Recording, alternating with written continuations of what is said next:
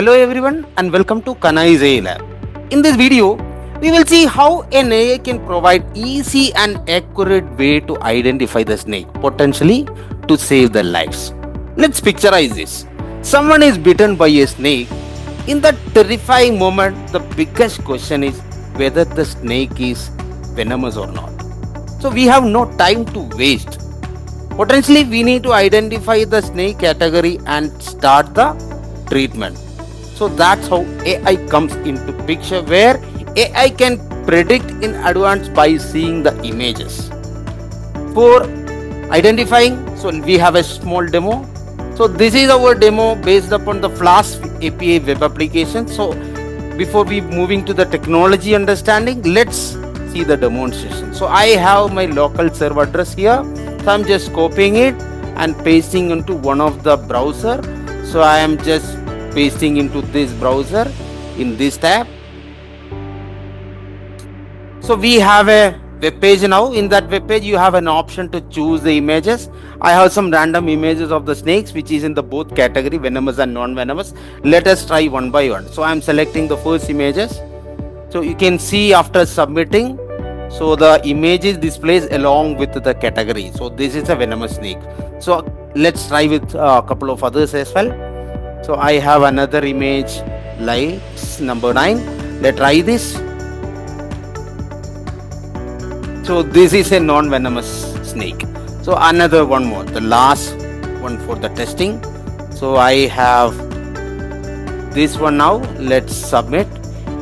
You can see within second each and every time my model tells whether the snake image belongs to venomous or non-venomous. So AI is going to be very fast and very much reliable in terms of real-time use cases. So to understand the magic behind in the backend, so let us go to the steps one by one. So the backbone of the project is a deep learning using MobileNet model, which is a transfer learning based approach. So deep learning and transfer learning we are going to cover in short. So we have the folder structure like this. So initially for the training purpose we need data. So I selected around more than 3000 or 4000 data, which is classified into detailed venomous and non-venomous category. So this is how we train the data. We need two classes, venomous and non-venomous. So this is the background, completely the detailing of images. So after that, this is the model training phase. So we take the library, then we set the path, and we take the images for training and for the validation purpose. Then I selected the MobileNet as a base model. On top, I fine-tuned the model with my custom data, which is in the final layer of the MobileNet. And I trained with my conditions. So I am using loss function as binary cross entropy and metrics as accuracy.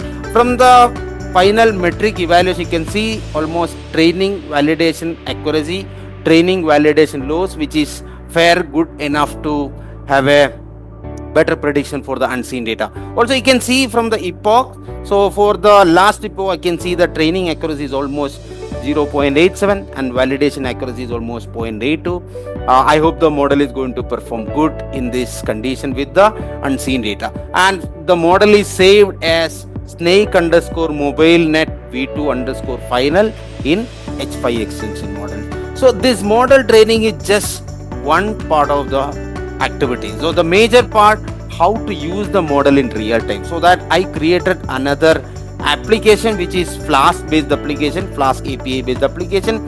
This app.py Python file where you can load the model. You can see here I'm loading the model, and also I'm predicting the prediction by using this saved model. So we can have a couple of routers, especially connecting with the index page.